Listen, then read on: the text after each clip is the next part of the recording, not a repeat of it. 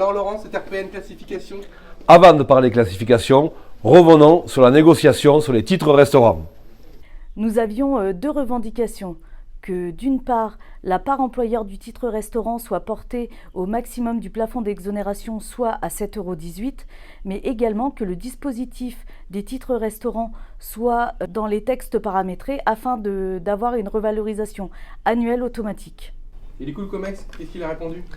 Eh bien, sans surprise, avec son mépris habituel, le COMEX se limitera à revaloriser la part patronale à 6,91 € du titre restaurant. Il fera une économie mesquine de 27 centimes d'euros. Et dans la même logique, il ne voudra pas inscrire les titres restaurants dans les textes paramétrés pouvant bénéficier d'une revalorisation annuelle automatisée. Pour faire avaler la pilule, Lucans propose une éventuelle clause de revoyure. Concrètement, elle propose à revoir les organisations syndicales au courant de l'année pour éventuellement porter donc la part patronale au maximum, c'est-à-dire aux 7,18 €. Bien évidemment, nous avons également relancé Lucans sur la négociation salaire et l'augmentation de la valeur du point. Madame Bertin, la directrice, nous a affirmé avoir rencontré le 19 février la direction de la Sécurité sociale qui ne lui a apporté aucune réponse sur l'éventuelle ouverture de la négociation pour l'augmentation de la valeur du point sur l'année 2024. Pour cette troisième réunion de négociation, l'employeur dresse l'état des lieux de la classification actuelle sur l'emploi, la rémunération et les qualifications. État des lieux plutôt partagé entre les organisations syndicales, mais qui montre clairement l'obsolescence de la classification. En effet, la classification de 2004, qui était déjà peu ambitieuse à l'époque, est aujourd'hui totalement inadaptée. Par exemple, 55% des salariés de la sécurité sociale sont sur deux niveaux, le niveau 3 et 4, alors qu'il existe 42 niveaux dans la classification. De plus, les trois premiers niveaux de la classif sont en dessous du SMIC mensuel. Également, la marge d'évolution des salaires des premiers niveaux est beaucoup plus faible que celle des hauts niveaux. Il y a aussi la difficulté de recrutement liée au salaire trop bas qui entraîne une inéquité par l'attribution de points de compétence à l'embauche de nouveaux salariés par rapport au personnel en place.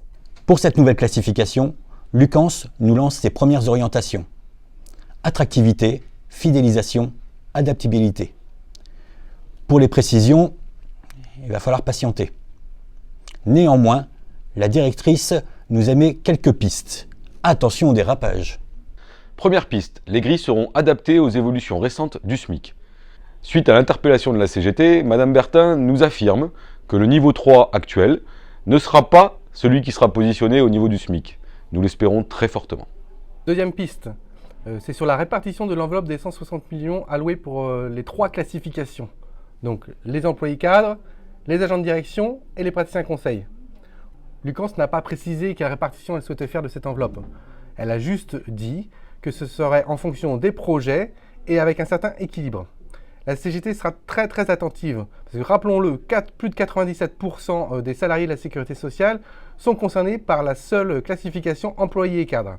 Troisième piste, l'employeur veut garder l'équilibre actuel entre les mesures collectives et les mesures individuelles. Pour info, aujourd'hui, il y a 2/3 de mesures individuelles pour 1/3 de mesures collectives. En 2019, il faut savoir que c'était l'accentuation de ces mesures individuelles qui avait mené notamment au droit d'opposition des organisations syndicales au projet de classification. La CGT a rappelé à l'employeur la nécessité de réaccentuer plutôt les mesures collectives qu'individuelles dans ce nouveau projet de classification. La prochaine RPN Classif sera le 19 mars. En attendant, on lâche rien.